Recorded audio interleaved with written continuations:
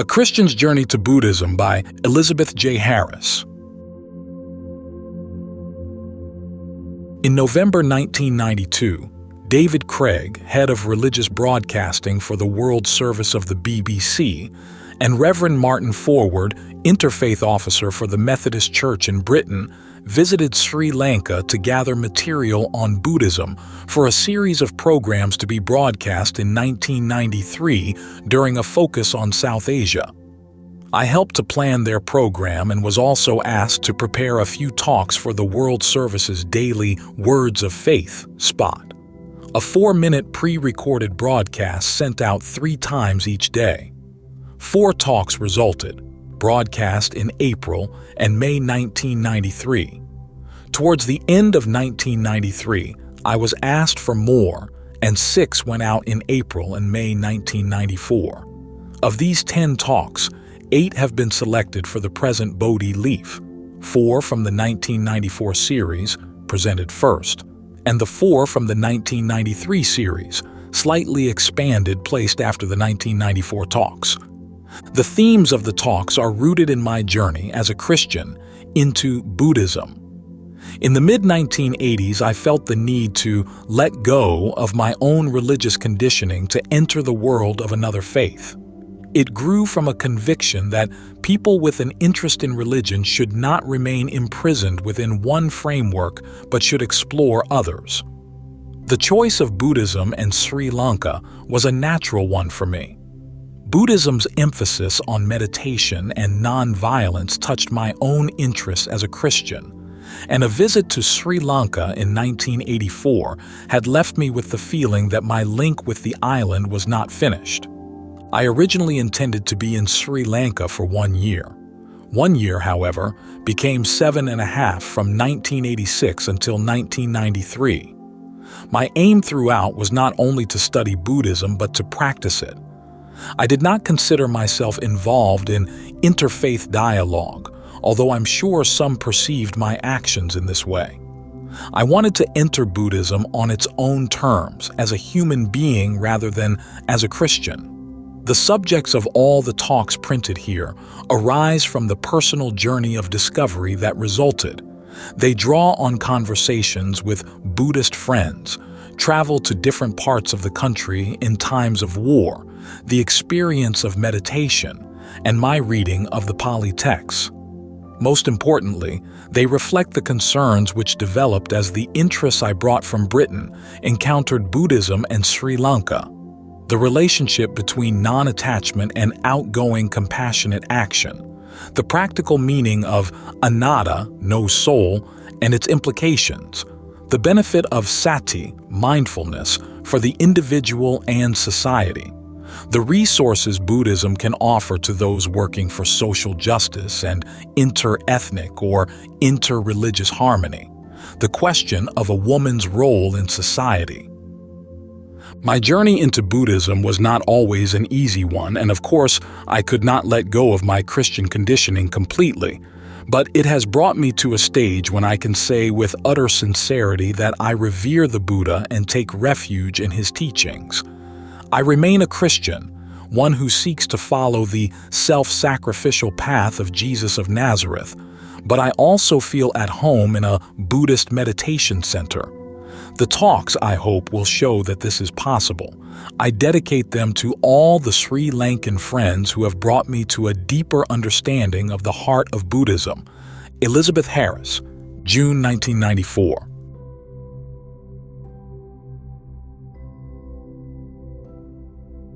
1. Mindfulness. Once I told an academic in Sri Lanka that I practiced a Buddhist form of meditation. Flippantly, he asked whether I was able to levitate. That's not an uncommon reaction. It confuses meditation with self-induced trance or making the mind a blank, something that is unrelated to everyday life. But to make such a confusion is a mistake. True Buddhist meditation is a vigorous form of mind training which can transform both thought and action. In the Theravada Buddhist tradition, found in Burma, Sri Lanka, and Thailand, the practice of mindfulness, or bare attention, is very important. When sitting in meditation, perhaps noting the breath as it touches the inside of the nostrils, thoughts inevitably enter the mind. Usually they relate to oneself in the past or the future. Recent conversations replay themselves. Decisions yet to be made thrust themselves forward. Reactions of dislike to bodily pains arise, and occasionally, images freed from a deeper level of our being move slowly upwards. When thoughts and feelings arise in meditation, they are to be simply observed. They are not to be repressed or pushed aside, but neither are they to be allowed complete freedom to proliferate. Their arising and passing is noted without censure or praise. When I first began to meditate, I discovered that thoughts and feelings are fluid, ever-changing, often uncontrollable, frequently illogical and irrational. It was a painful realization since I had assumed my mind was under my direct control. But it was also the beginning of self-knowledge, the beginning of knowing how my mind worked and the doorway to modifying conditioned and negative patterns of reaction in my own life. At one meditation center in Sri Lanka, high in the mountains, surrounded by tea estates, the first session begins at 5 in the morning. I had to get up by candlelight, pull on warm clothes, and cross the grass to the meditation hall, under a sky often brilliantly full of stars. One morning I was gazing at the dark, silvered beauty of the sky when I heard steps below me. At that moment I caught my mind saying, "Go on into the meditation hall so that they can see you were up first." Normally, I would have hurried into the hall to show my punctuality, but on that occasion I noted the thought, recognized the element of competition, and consciously refused to act on it. I stayed for several more moments wrapped in the pre-dawn stillness, feeling the cool air against my skin, and I was certainly not the first to settle my cushions before the silent, candle-lit image of the Buddha. And I know it was the practice of sati, of mindfulness, which made that moment of insight into my own competitive egotism possible, insight into a childish wish to impress, to be top of the class. Meditation of this kind is hard work. It has nothing to do with making the mind a blank, though it can lead to peace and calm when the racing mind stills and there is only the present moment. One monk who taught me put it this way: meditation is the ultimate practice of nonviolence. Suffering, pain, and feelings of anger are not suppressed but faced, confronted, and transformed.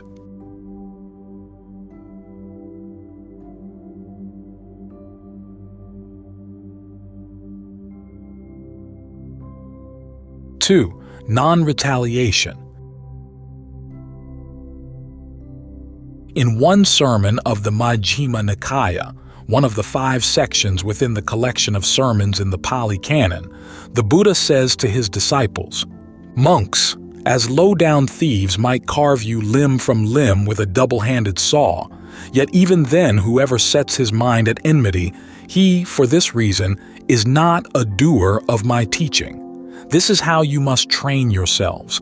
Neither will my mind become perverted, nor will I utter an evil speech, but kindly and compassionate will I dwell, with a mind of friendliness and devoid of hatred." The vividness of this picture has always moved me, a thief hacking off my arms and legs with a saw. And it isn't that far-fetched. War involves such butchery. The denial of human rights under totalitarian regimes produces similar horror, and so does the obsessional urge of a multiple murderer. Fear, terror, or violent retaliation in self-protection would seem the natural reactions to such an attack, the reaction programmed into our bodies. Yet the challenge of Buddhism here is, do not retaliate, do not hate. Show compassion to all people, even if they are about to kill you. It is a challenge which reaches out from other religions also. Jesus of Palestine, suffering the agony of being nailed through his flesh to rough wooden posts, forgave his killers and felt compassion for them in their blindness. But does this imply that Buddhism advocates that we should never protect ourselves or others from violence, that we should submit to whatever exploitation we are subjected to, that in the face of evil forces we should remain passive? To answer yes is to misread Buddhism and all true religion. Buddhism does not support passivity in the face of violence and evil. Rather, it encourages a mental attitude which can face and oppose violence without fear or hatred. Nowhere in the Buddhist text is it suggested that we should remain inactive when others are suffering. Nowhere does it say we should refrain from action if someone is murdering our son, daughter, neighbor, or colleague in front of our eyes.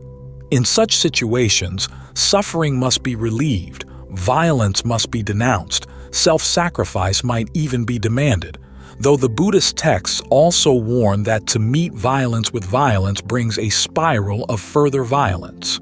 What the Buddhist texts do say is that to hate, to feel anger towards the doer of violence, is self-defeating. It harms the hater more than the hated. In the ancient Buddhist texts, we come across many stories of non-hatred deflecting violence and making it powerless. One woman, because she refuses to feel hatred, is unharmed when burning oil is poured over her by a jealous co-wife. And when a monk dies of snake bite, the Buddha says he would not have died if he had radiated loving kindness to the world of snakes. This might seem utopian in a world shot through with violence. The skeptic could point to the deaths of Gandhi in India, Oscar Romero in El Salvador, and Michael Rodrigo in Sri Lanka to show that the most compassionate of beings have been unable to escape violent deaths caused by the greed and hatred of others. But the force of these religious teachings will remain. Violence is not overcome by violence. Hatred is not defeated by hatred. Our lives are not made more secure by wishing to protect them. To face death without hatred or fear, even towards our killers, is the path of sainthood. These are eternal truths.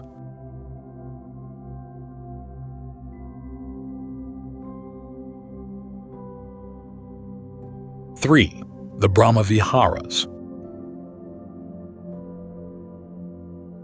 A professor of Theravada Buddhism once asked me, why is it assumed at all the interfaith gatherings I attend that God is the uniting factor among the religions?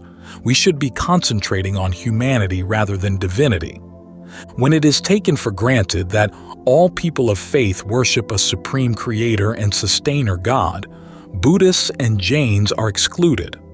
Although Buddhists believe that there are gods living in heavens, they do not ascribe creative power to them, nor do they believe that these gods have any influence over ultimate human liberation. Belief in God cannot, therefore, provide common ground between Buddhists and religions such as Christianity, Islam, and Judaism. But can common ground be found in what religions say about humanity, or about how we can work for a humane society? I believe the answer is yes. Buddhism speaks of 4 Brahmaviharas, or divine abidings, and these qualities permeate the whole of Buddhist teaching. They are metta, loving kindness, karuna, compassion, mudita, sympathetic joy, and upekkha, equanimity. Metta is boundless loving kindness radiated to all beings, to friends and enemies, the known and the unknown, the lovely and the unlovely. It is an action-changing mental orientation. Karuna is seen where people are so sensitive to the sufferings of others that they cannot rest until they act to relieve that suffering. To a greater degree than metta, karuna involves action. Mudita is a quality which challenges me greatly. To show mudita is to show joy in the success of others, to be free from jealousy or bitterness, to celebrate happiness and achievement in others even when we are facing tragedy ourselves. As for upekkha, equanimity, this has often been misunderstood as indifference, as apathy in the face of human pain, the very antithesis of compassion. But upekkha is really freedom from the self-centeredness which clouds understanding and destroys true discernment. People with upekkha are not pulled this way and that by emotional reactions that have more to do with the ego than with true concern for others. They can see right from wrong and can act with wisdom. The Brahma Viharas speak to me of the ideals that should direct our lives, the ideals that can create the kind of society any truly religious person yearns for. Such a society would be one where loving kindness and compassion triumph over greed, where the success of one person does not mean the demeaning or exploitation of others, where rulers are guided by clear principles of right and wrong rather than hunger for praise or power. These divine abidings give a picture of the truly good. They touch the hope of all religions and can bring unity of purpose independent of a concept of God. So let compassion for the good of humanity be at the forefront of religious encounters. May those who come from the monotheistic traditions discover that they can share their hopes for a righteous society with their Buddhist neighbors. May Buddhists find themselves united with their Jewish, Christian, and Muslim friends in working for a world where loving kindness takes the place of greed.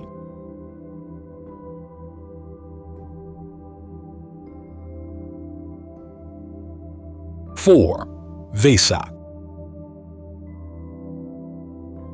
In May 1991, I traveled from war-torn Jaffna in northern Sri Lanka to the south. It was at Vesak, the time when Buddhists celebrate three major events in the life of their master: his birth, his awakening into Buddhahood, and his passing away into final Nibbana. It was like moving from one world into another. In the north, the tension was palpable. Towns gutted by fighting, vast stretches of empty roads, people with hardship in their eyes. But as we crossed over into the south, there was celebration. Groups of boys flagged down our car to thrust fruit drinks into our hands. Lanterns of wire and colored paper hung in porches with their streamers flowing in the breeze. And nearer Colombo came the first of the pandals, massive, temporary structures by the road, brilliantly lit, telling in pictures Buddhist stories of how self-sacrifice triumphs over violence, how compassion vanquishes hatred. Vesak is the most important religious festival of the Buddhist year. It is marked by light, pilgrimage, and the retelling of stories. At its heart is remembrance of the Buddha's solitary striving in meditation under a tree near Gaya in India 2,500 years ago. The serene face of the Buddha image can give the impression that this striving led to an experience of the metaphysical. But Prince Siddhartha became the Buddha not because he was lifted beyond the world, but because he saw the real nature of the world. It had been his sensitivity to human suffering that had made him leave his wife and son years before. He had wanted an answer to the question, why? Why was life shot through with the pain of illness, bereavement, and unrealized longings? At Bodh Gaya, he found it. He saw that humans were bound to anguish-filled lives because their interpretation of the world was wrong. He saw that our fault was to believe that our lives, our possessions, and our hopes are centered around an unchanging self, which has to be protected and promoted.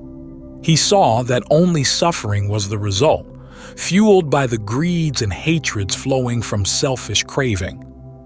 All formations are impermanent, is what the Buddha understood.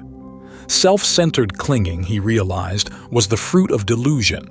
With this came liberation. The prison of selfhood evaporated. Raga and dosa, greed and hatred, were destroyed. Boundless compassion was released, and he could teach the world that suffering has a cause and can be eradicated. At Vesak, Buddhists celebrate this knowledge that suffering can be ended, that within the pain of life there is hope.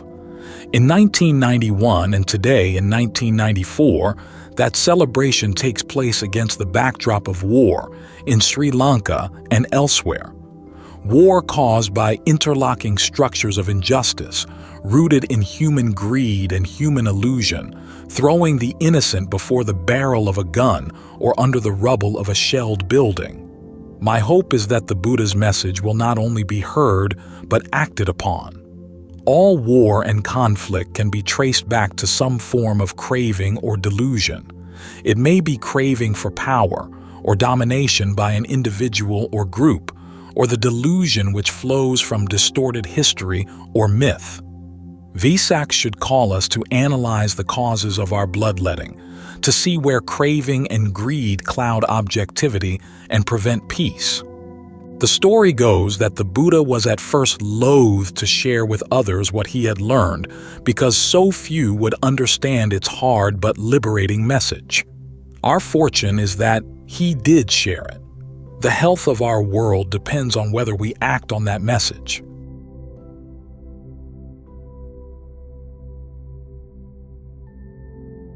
Five, the self in Buddhism and Christianity.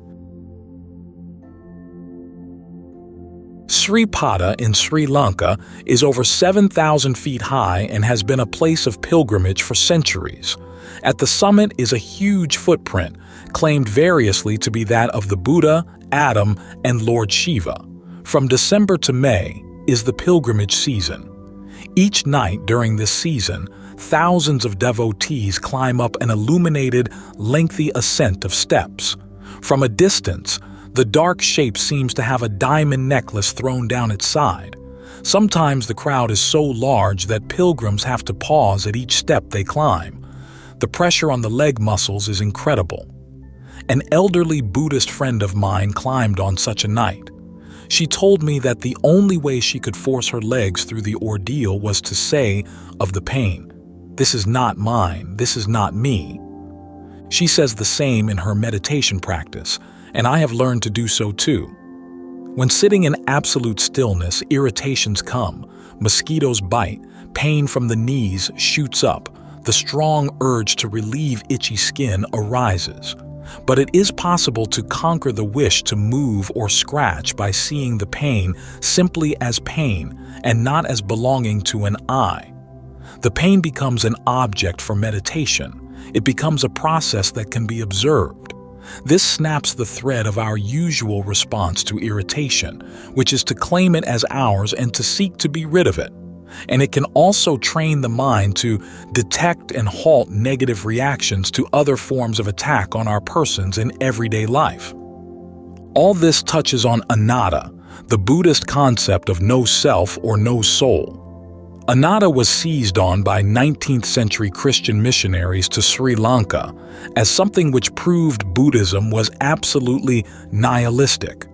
For instance, Reverend Thomas Moskrop, a Methodist missionary, claimed in 1889 that Buddhism is too pessimistic, too cold, too antagonistic to the constitution of human nature to take the world captive. The Ceylon Friend, the 16th of October, 1889. But I have not found nihilism in what Buddhists have said to me about anatta. Some years ago, one friend said, "If there is no belief in self, there is no worry. There is no reason to become angry or hurt." To her, the idea was liberating. It was freedom from being tied to self-promotion and self-protection. I can remember how deeply her words challenged me. They helped me to see that Buddhism and Christianity are not in opposition here. The frameworks are different, but the practical path towards human liberation touches both. Both religions speak about a wrong concept of the self. Buddhism says, "Don't think you are fixed, unchanging. You are forever flowing, shifting, interconnected with the whole cosmos. Free yourself from clinging to the idea that you are separate and have to fight against the world to keep your identity intact." Christianity also has something radical to say. The Methodists, a Christian denomination which arose in 18th century England, have a covenant service on the first Sunday of each new year in which they pledge obedience to God. At one point they say, "I am no longer my own, but thine." St. Paul, in his letters to new churches, speaks of having lost his old self. To the Christians of Colossae in Greece, he says, "For you have died, and your life is hid with Christ in God." Colossians 3:3. All of these sayings point to a death of the egotistical self and a loss of self-sufficiency and self-worship. Both Buddhism and Christianity say that the self, which insists on its separateness from the rest of life, is doomed. Buddhism says that such a self has no objective existence as an unchanging entity. Christianity says the self has to die to give way to a higher power of love. Both point to the liberation that comes when we transcend care for self, when we refuse to exert protective ownership over our lives and persons. I have certainly found that if we do not cling to pain, hurt, and fear as ours, but accept them as part of the changing flux of existence, if we do not seek to protect our identity and safety at all costs, we will be able to climb more than Adam's peak. We are liberated into a new way of seeing and a new openness to the ever-changing process of existence.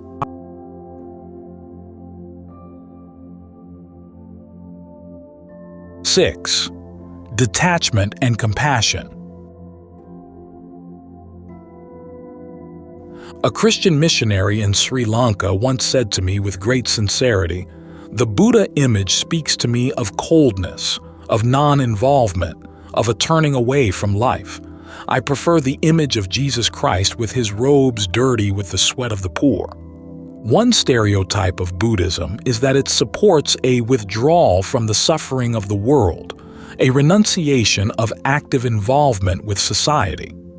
An inter-religious conference I attended a few years ago stays in my mind because one of the Western participants insisted that outward-moving compassion was not an important part of Buddhism. My encounter with Buddhism forces me to challenge this stereotype. I did so at that conference, and I continue to do so. It is outsiders, European observers, and those seeking an escape from the world who have projected onto Buddhism the encouragement of indifference to the agony within human life. It does not rise from within.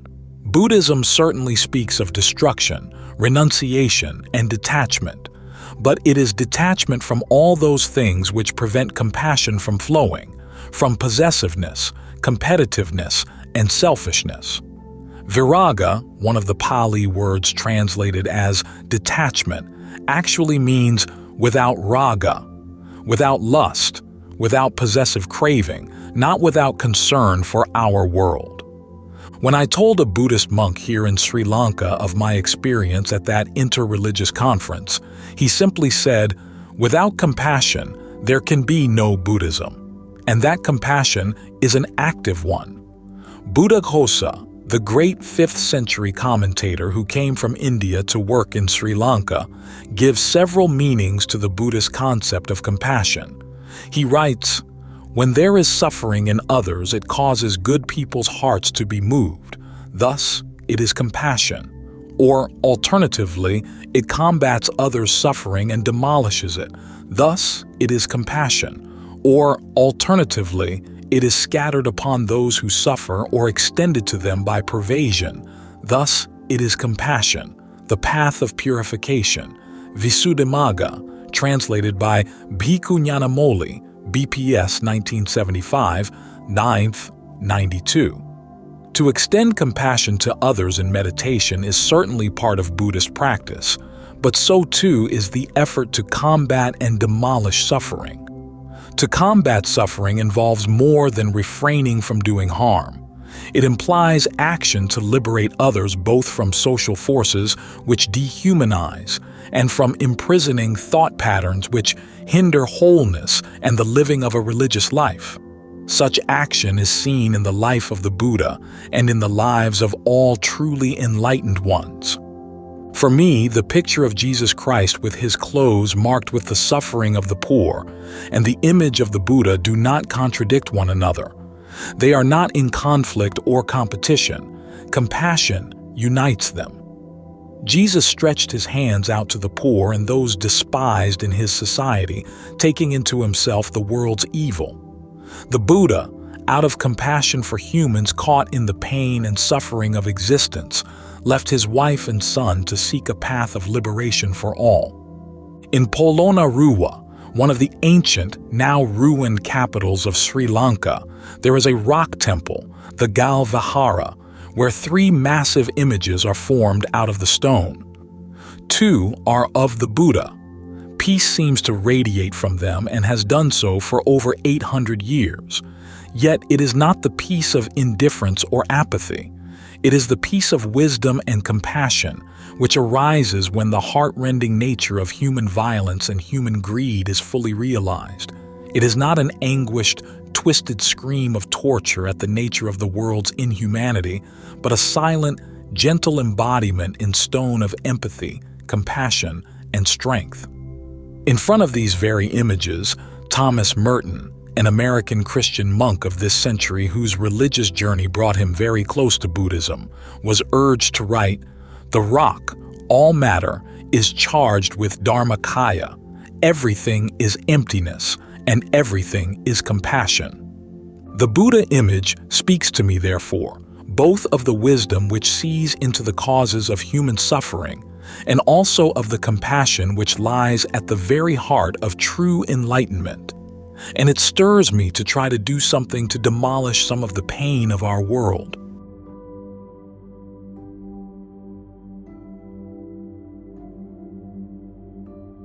Seven, Buddhism and social justice. Among such humans, brethren, there will arise a sword period of 7 days during which they will look on each other as wild beasts. Sharp swords will appear ready to their hands, and they thinking, "This is a wild beast," will, with their swords, deprive each other of life. These words from the Pali Canon come towards the end of the Kakavati Sihanada Sutta of the Diha Nikaya. Here the Buddha describes the process whereby a society slides into a state of absolute anarchy and violence, reaching the point where all respect for the preciousness of human life is lost, and humans kill each other without guilt or remorse. Stealing appears first, then murder, false speech and sexual promiscuity follow. Religion is undermined. Respect for elders disintegrates. Human life loses its worth. It is a horrifying picture of growing bestiality that is as relevant today as it was when first spoken. When I first met Buddhism, an important question for me was what Buddhism had to say about the problems of violence and injustice, problems which affect every nation. The classic formula at the heart of Buddhism is that it is tanha, craving, which lies at the root of the world's misery. Often this is seen in a very individualistic way. The Buddhist path is held up as an escape route from suffering through withdrawal from society and through mental culture. I do not downplay this emphasis. The importance of mind training was central to the Buddha's teaching. It holds the key to the liberating insight that can transform human life. Yet I have found that individual psychological factors are not the only ones emphasized in the Buddhist texts. The texts do give pictures for anyone concerned with justice and harmony within the body of society. In the text I started with, the chain of causality which results in bestiality goes back to the state, the king, who forgets one of the duties ascribed to a just ruler in Buddhism. It is this: "And whosoever in thy kingdom is poor, to him let wealth be given." By overlooking this, the king denied the poor a living, and from this, a refusal to create economic justice, flows stealing, murder, lying, immorality, and bestiality. What I find interesting is that the accusing finger is pointed at the structures of power and not at evil qualities in the ordinary people. And the message is, violence and social breakdown are inevitable if people are denied the means to live with dignity. To use a Christian term, the poor in the myth are sinned against by their ruler. They are victims of structural injustice, and their urge to survive corrupts the whole fabric of society. The story within the Cakkavatti Sihanada Sutta, however, does not end with the sword period. When the depths of brutality have been reached, there are some who see the enormity of their fall from humane values. They go into retreat, into caves, jungle dens, and cavern tree trunks, and emerge to embrace one another and to restore harmony through the recovery of moral sense. A deterioration from the state downwards is transformed into a regeneration from the bottom upwards through the will and discernment of the people themselves. The message of this sutta challenges all those who see religion purely in individualistic terms. It demonstrates Buddhism's very real concern for social justice and also the stress it places on analyzing the root causes of disharmony and violence.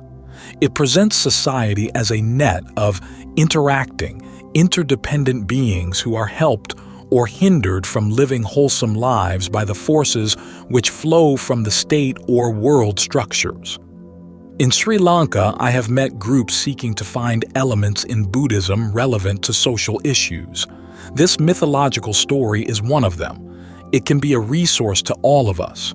It urges us to look at the society in which we live critically and to ask, is there a deterioration of human values?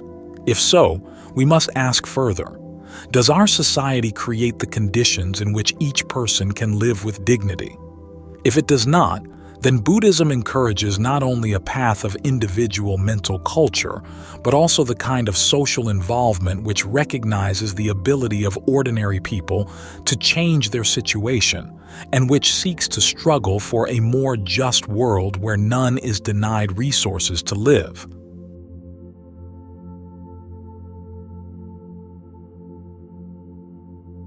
Eight, compassion. Kattaragama is a place of pilgrimage in the south of Sri Lanka, holy to both Buddhists and Hindus. In 1989, I went to their annual festival. On the final night, as elephants, drummers, and dancers were slowly and gracefully moving along the path between the shrine to Lord Kattaragama and the Kiri Vihara, the Buddhist temple, with its milk-white dagoba, two powerful grenades were lobbed into the crowd, made up mainly of poor villagers, but containing one political dignitary. About 15 people were killed and many more were injured, especially in the rush to escape the sacred area. It was the time when the JVP, the People's Liberation Front, was attempting to seize political power through the gun and the death threat. At Kattaragama, religious devotion was shattered by blood in a pattern not unfamiliar in Sri Lanka. Both Hindus and Muslims have also been attacked when worshipping. Political concerns and religion have touched. In this context, the interreligious encounter that I began in 1986 as a student of Buddhism in Sri Lanka also became a journey into suffering and painful political reality, which included the violent death of friends and sharing the fear of those who were threatened. An important question for me at this time was how to cope with the suffering around me without being destroyed, how to empathize with others and deal with my own fear for the safety of dear ones. In any situation of violence or war, there is a choice to be made: to become vulnerable to the pain involved or to raise defenses against it in a refusal to recognize its existence. Many raise defenses because such a path seems easier. For to become vulnerable is to let go of control, the control we place on our feelings when we repress them or fight them, and such a loss can be frightening. I found myself choosing vulnerability in Sri Lanka. I chose to look violence in the face. I chose to see its horror and to recognize the fear and pain it brings rather than to push these things from my consciousness. The experience would not have been bearable if not for an encounter with compassion. For it was when I became aware, in my whole being rather than only at the level of the intellect, that what I was feeling was the pain of a nation, a world rather than simply my own pain, that I was able to cope with it. It was the realization of interconnectedness, that we are woven one with another, an insight central to Buddhism. I saw that there is a common core of suffering in life which links us together so that to become vulnerable is inevitably to become aware not only of one's own pain, but also of that of others. When I had reached this point of insight, compassion came like a gift, and I learned that it could destroy bitterness and paralysis. Behind pain lies compassion. Compassion for all beings caught up in the violence of existence. It was at this time that I wrote the following words, disturbed by the number of people who seemed undisturbed by the fact that Sri Lanka had become a killing field. Our eyes no longer cloud in grief. The sword no longer twists in our own heart. Moans on the wind no longer weaken our limbs, for we have grown accustomed, tamed, our vulnerability encased in self-erected stone. Do we need to relearn how to feel? How to chip away what we ourselves have built? To sense again the rising of agony, the breaking of control, as drops of blood become a river and tears merge with its bitter flow? Is this asking too much? That we should so open our bodies to pain, to the shadowy part of our deeper selves, where the hurt and joy of a cosmos lie, and compassion, like a fertile seed, awaits to grow? I feel we must open ourselves up. We must recognize the suffering which lies at the heart of existence, and then let compassion arise and strengthen us to struggle against all that dehumanizes.